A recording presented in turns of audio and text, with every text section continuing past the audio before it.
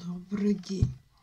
Сегодняшняя тема, которую я вам хочу объяснить, внести немного ясность этой темы, называться будет «Этикет общения с людьми с инвалидностью». Но вообще по этой теме написаны много статей, выпущенные брошюры, где рассказывается все подробно, как следует общаться с людьми с инвалидностью. Но я вам сегодня хочу привести несколько самых частых, самых распространенных примеров, как следует общаться с людьми с инвалидностью. Прежде всего, мы не говорим «инвалид», мы следует сказать «человек с инвалидностью», потому что прежде всего он же все равно человек. Или мы видим человека с инвалидностью на коляске, во многих случаях говорят: «О, колясочник едет». А следует говорить «человек, передвигающийся с помощью коляски». И он не едет.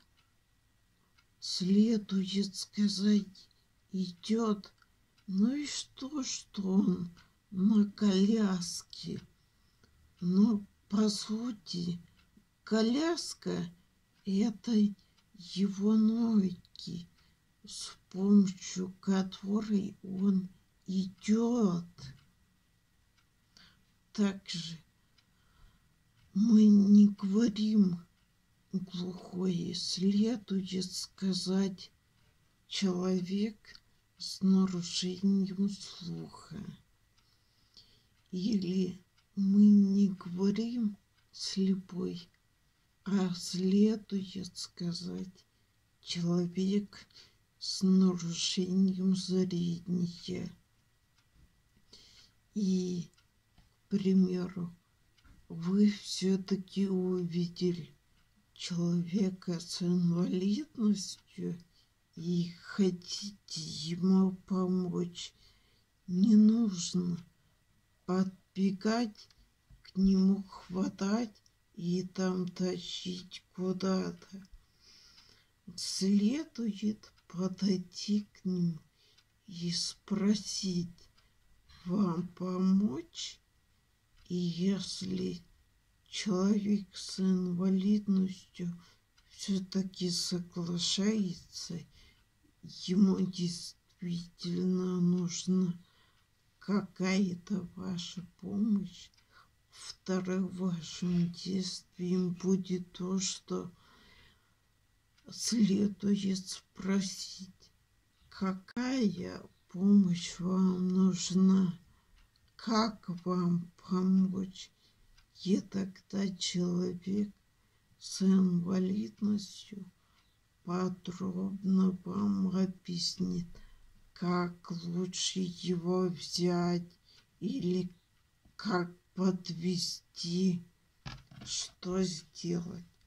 Вот, надеюсь, такие простые примеры вам будут полезны. Спасибо, что вы слушали меня. До свидания.